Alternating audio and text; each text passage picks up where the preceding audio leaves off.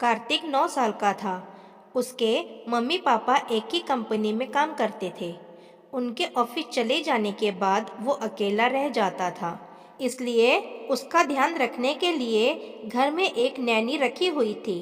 कार्तिक अपने mummy papa की इकलौती संतान था, इसलिए कार्तिक की हर इच्छा पूरी की जाती थी। कार्तिक के पास ढेर सारे खिलौने थे, पर नैनी और खिलौनों के साथ खेलते हुए वो ऊब चुका था। इसलिए एक दिन उसने मम्मी पापा से कहा कि वो लोग उसे छोड़कर ऑफिस ना जाया करें और उसके साथ घर में ही रहे। मम्मी पापा के लिए ऑफिस छोड़कर घर पर रहना संभव नहीं था, इसलिए उन्होंने नैनी से कहा कि वो कार्तिक को पास के ही पार्क में रोज घुमाने ले जाया करे। उनका कहा मानकर नैनी कार्तिक को पास के ही एक पार्क में ले गई। शाम का वक्त था। पार्क में बहुत सारे लोग थे। वहाँ झूले लगे हुए थे जिन पर बच्चे झूल रहे थे। कार्तिक भी उन सब बच्चों के साथ झूलने लगा। झूलते हुए एक बच्चा अचानक ही झूले से गिर गया और रोने लगा। उसको रोता देख उसकी दादी उसके पास आई और उसे गोद में उठाकर चुप कराने लगी। बच्चे को चुप कराने के लिए उसकी दादी ने पार्क में ही खड़े आइसक्रीम वाले से आइसक्रीम भी दिलवा दी। बच्चा चुप हो गया। नैनी ने भी कार्तिक के बिना मांगे ही उसे आइसक्रीम दिलवा दी। कार्तिक बहुत देर से उस बच्चे और उसकी दादी को देख रहा था। वो बच्चा फिर से कार्तिक के बगल में आकर झूलने लगा। ये तुम्हारी नैनी है? कार्तिक ने उस बच्चे से पूछा। नहीं, वो मेरी दादी है, मुझे बहुत प्यार करती है, उस बच्चे ने कहा और भागकर अपनी दादी के पास चला गया। दीदी, आपकी भी दादी है? कार्तिक ने अपनी नैनी से पूछा।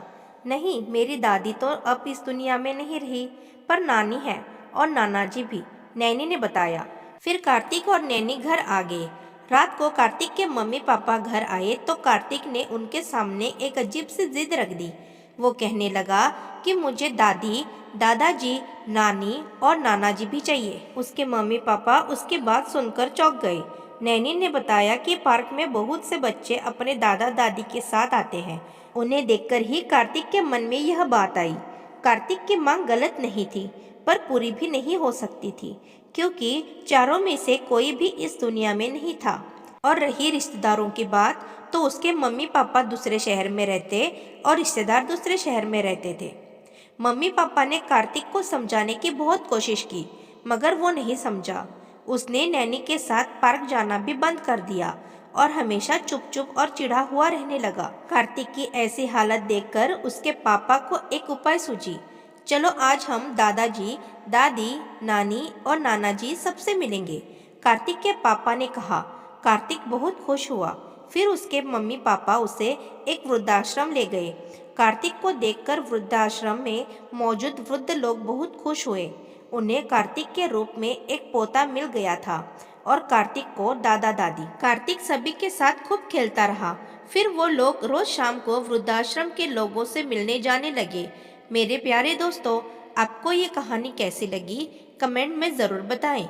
अगर आपको ये वीडियो पसंद आई हो तो मेरे चैनल को सब्सक्राइब करना ना भूलिएगा। धन्यवाद।